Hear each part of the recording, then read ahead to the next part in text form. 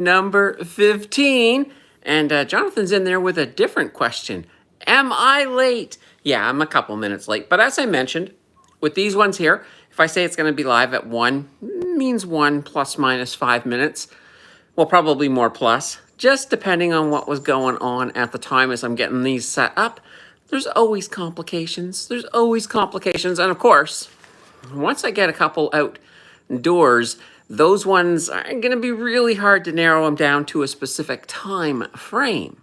So today we're going to be talking about, well, before we get into what we're talking about, these are the weekend. The weekends we try to find a more of a fun topic.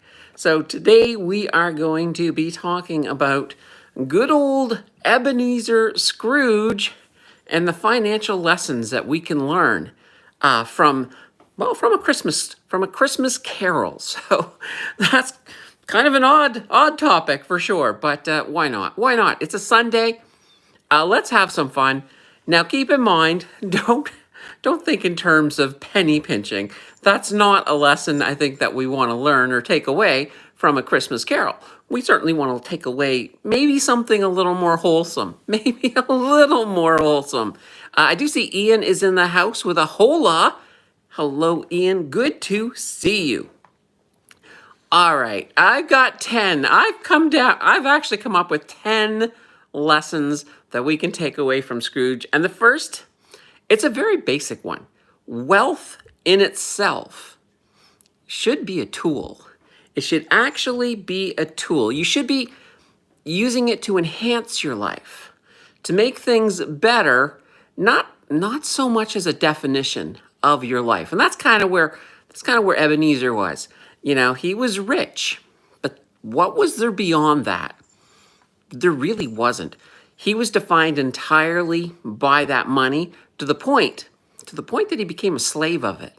So that's kind of to me, that's a really big thing. We don't want to be defined by money. We would rather,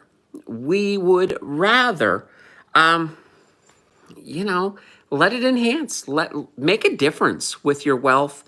Don't become a slave to it. It's not all about accumulation. And sometimes it's easy to get in that mode. It's like, oh, look, I'm now worth 400 billion. Look at me. Not to say anybody on the planet should be worth that much, although there is one. But we're not going to mention that Ebenezer. That Ebenezer can stay off on the sidelines for this one. All right. I see Paul is in the house with a good morning to Bitcoin 103.2K. One track mind about Bitcoin. Oh, Paul. Paul might get visited by the three spirits of crypto, perhaps. I am not sure. Ian says, I have used a dime as a screwdriver before. There you go. If there's not a better way to use your money as a tool, that does it. And you know what, Ian? I have done that before myself as well. I have definitely used a screwdriver a coin, a dime, particularly. I've done that. Yeah, absolutely. Sue is in the house with a good advice. Thank you. All right, let's move on to our next one. Number 2, generosity overall, it actually pays off. That's kind of a big takeaway. And I think that's one of the lessons that Scrooge learns throughout A Christmas Carol. Goodwill, stronger community, those were all the things he lacked at the beginning and the things he learned to move towards as we moved for the ending. And for us, obviously, we're not all penny pinchers like Scrooge, but generosity can certainly be a part of your overall wealth strategy. It is something that you can even budget for it as well. And we're not talking about getting the tax breaks, although those are nice. Those are nice. But, when you're generous, when, people around know that they can count on you, and it doesn't take much. That's the beautiful part. It doesn't take much to get that whole you're a good person in the community. And someday, if you ever need people, they're going to come to your aid. They'll come to your aid. Absolutely. So generosity paying off, I think, is a very good theme. And I think it's something that, definitely is worth walking away with after you've watched A Christmas Carol. Paul says, looking forward to what Robin Hood shows for MicroStrategy tomorrow. Uh, and the conservatives keep sending emails for donations to Paul. Well, yeah, that's perhaps not the generosity I was thinking of. Perhaps not. But those political donations, they do get a tax break as well. Number 3. So value your experiences over your possessions. If you remember the story of A Christmas Carol, the ghost of Christmas, or the spirit, I guess the spirit of Christmas past, one of the things that spirit did is took Scrooge back in time. And Scrooge got to relive some moments that, were big regrets in life. And they weren't about, none of those moments were about, oh my God, I could have made more money here.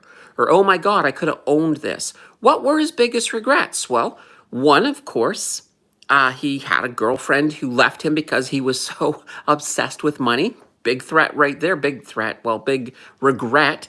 And there was also a lot of bent up issues around his sister because he lost her early. And that led to a lot of the resentment later on in life, particularly when it came to how he would treat his nephew, which was basically Fran's son. So there was a lot of that all built in, but that's what it was all about. And that was the things that truly became the things that he cherished, which is why the ghost showed him that and not, I lost out on a business deal. That didn't work. So that is definitely, I think, a good theme that comes out of that. Another theme, we'll call this number 4, is plan for the future. When we look at the ghost of Christmas future, there was no plans in place. Scrooge was alone. That people were just basically rummaging through his stuff and selling it. There wasn't anybody happy about him or any of that stuff as well. So that was definitely something that we have to sort of look at with this as well. So what can I say? All right. Now, the next part, and this is number 5, is all about work-life balance. So work-life balance is definitely very, very important.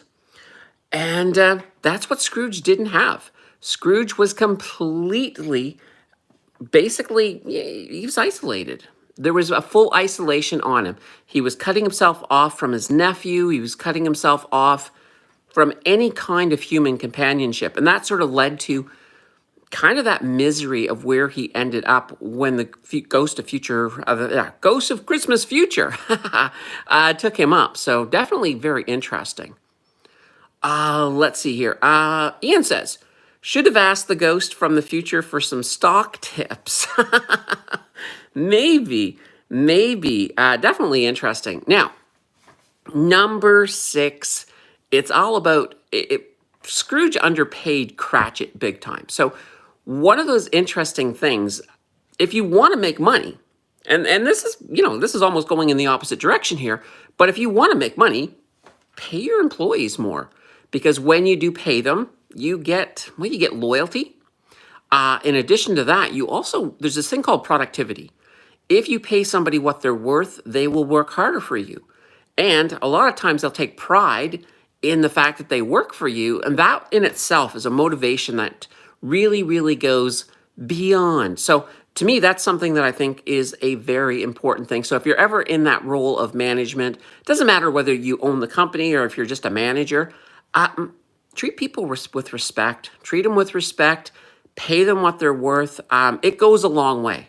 It absolutely goes a long way. Paul says, I got a holiday from work, fractured the 5th metatarsal in my left foot. Oh God, yeah. I saw a picture of the cast. So that's never good, Paul. Hopefully it mends well, though. Hopefully it mends well. At least it gives you more time to make money off of MicroStrategy. So that's not too shabby. Ian says, did anyone ever say bah humbug before the book was published? Was that a thing people said? I'm pretty sure, I don't know about bah, but humbug, I think, was a term used back in the Victorian age to sort of say, kind of like, Like, I don't like that. It's a humbug. So that was used, but I don't know whether the two put together probably came from Dickens. Probably came from Dickens, but you never know. Number 7. We're slowly getting there. We're slowly getting there. Oh, Lisa's asking, is this video replacing the usual one at 4 p.m.? Nope, nope, nope. This is a bonus. This is entirely a bonus. So yeah, what I'm doing with the financial Blogmas is we're doing one of these every day from the 1st of December to the 24th of December. It's not replacing anything. It is all bonus content. I do something like this every single year, something completely different every single year. But yeah, so these are going to be a lot of fun. All right, number 7. One of the big rules, one of the big things is Ebenezer Scrooge was an old man. But you know what? It wasn't too late to change. The ghosts, the spirits, they did it all in one night. But that's a big lesson. So especially with finances, sometimes, we absolutely wreck our finances.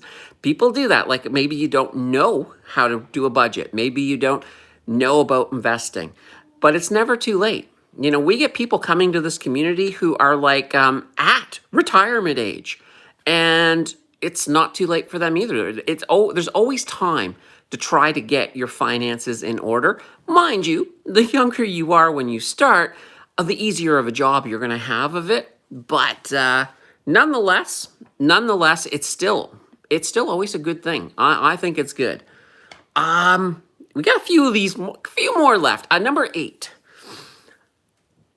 You can live below your means. There's nothing wrong with that. But if you're gonna live below your means, you don't want to do it at the expense of happiness.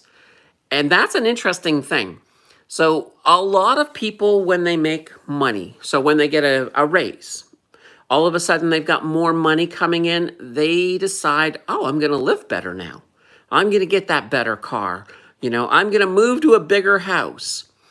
All of a sudden, that doesn't leave you much left over. And in fact, you can actually, in the process of upgrading your life, you can actually end up downgrading your happiness.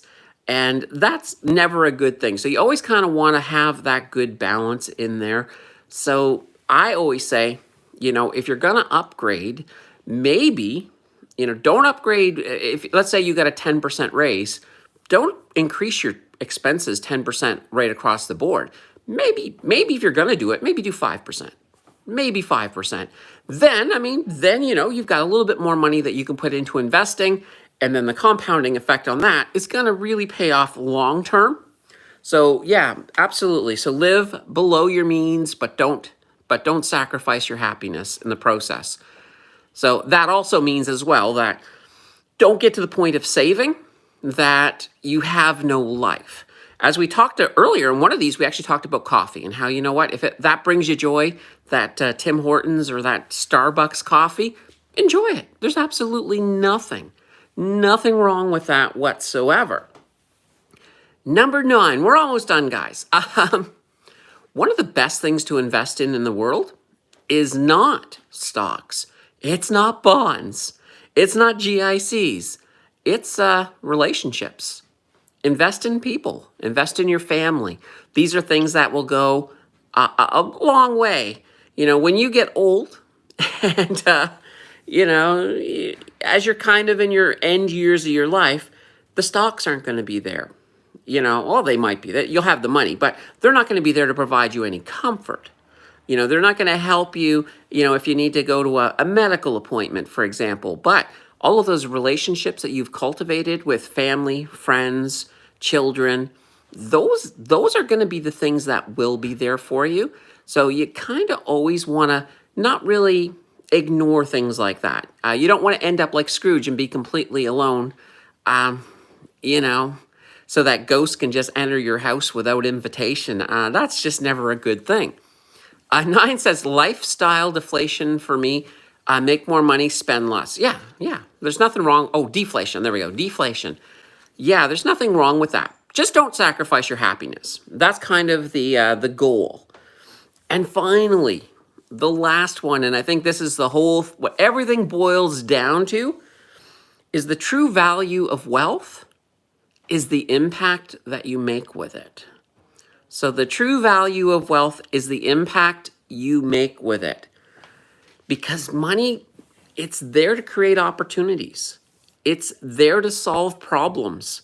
If you're not using it and you're just piling up a giant pile of money, sure, it looks nice, smells kind of nice, but you haven't really done anything with it. There's no point in, there's no point in finishing your days with a pile of money when you've lived like somebody who's never had money your entire life, And this kind of goes in the opposite. 'Cause I know we're always talking about saving and, moving money to your, to your different accounts and all of that. But sometimes it's not, whoops, click the thing again. Sometimes it's not all about that. I mean, when you're done, if you can say, I've made an impact, and there's many ways that you can do it. It's not like I'm saying you have to go and sell all of your stuff and, give it to a library to make a wing in your name or something. It's nothing like that. It's just, live a good life, make an impact, make a difference. So, if there's a situation where you can help, absolutely. You don't have to, you don't need to break the bank to be charitable. And that's kind of what the holidays is all about. There we go. Holy banana bread.